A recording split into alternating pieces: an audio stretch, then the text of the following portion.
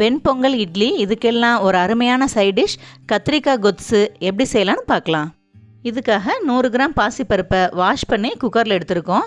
இதில் 1 டீஸ்பூன் மஞ்சள் தூள், தேவையான அளவு தண்ணி சேர்த்து 2 விசில் வச்சு எடுத்துக்கலாம். இந்த கொத்ஸு செய்கிறதுக்காக ஒரு பொடி ரெடி பண்ணிக்கலாம். ஒரு பேனில் 1 டீஸ்பூன் நல்லெண்ணெய் ஊற்றி 1 டேபிள் ஸ்பூன் கடலைப்பருப்பு, 1/2 டேபிள் ஸ்பூன் உளுந்தம்பருப்பு, 8 காஞ்ச மிளகாய் இதெல்லாம் சேர்த்து 2 நிமிஷம் வறுத்துக்கலாம். இதிலேயே 1/2 டேபிள் ஸ்பூன் முழு மல்லி, 1/2 டீஸ்பூன் வெந்தயம் சேர்த்து எல்லாம் நல்லா செவந்து வாசனை வர வரைக்கும் வறுத்து இதை ஆற வச்சு ஃபைன் பவுடராக அரைச்சி தனியாக எடுத்து வச்சுக்கலாம். கடாயில் 1 டேபிள் ஸ்பூன் கடலெண்ணெய் ஊற்றி எண்ணெய் சூடானதும் 1 டீஸ்பூன் கடுகு, காஞ்ச மிளகாய், கருவேப்பிலை போட்டு தாளித்து நறுக்குன 10 சின்ன வெங்காயம் சேர்த்து வதக்கிக்கலாம். இது கூட 3 பச்சை மிளகாய், 1 டீஸ்பூன் பெருங்காயத்தூள் சேர்த்து வதக்கிக்கலாம். இதிலேயே பொடியாக கட் பண்ண 1/4 கேஜி கத்திரிக்காவை சேர்த்து நல்லா வதங்கி வர வரைக்கும் இதை குக் பண்ணிக்கலாம்.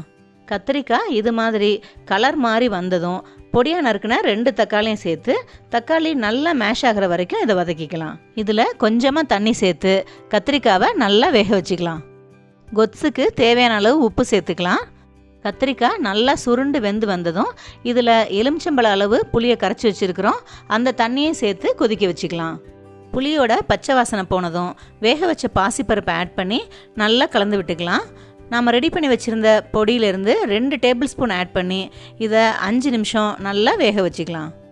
உங்களுக்கு கொத்ஸு ரொம்ப கெட்டியாக இருக்கிற மாதிரி தெரிஞ்சதுன்னா இந்த ஸ்டேஜில் கொஞ்சமாக தண்ணி ஆட் பண்ணி உப்பையும் சரி பார்த்து அட்ஜஸ்ட் பண்ணிக்கலாம்.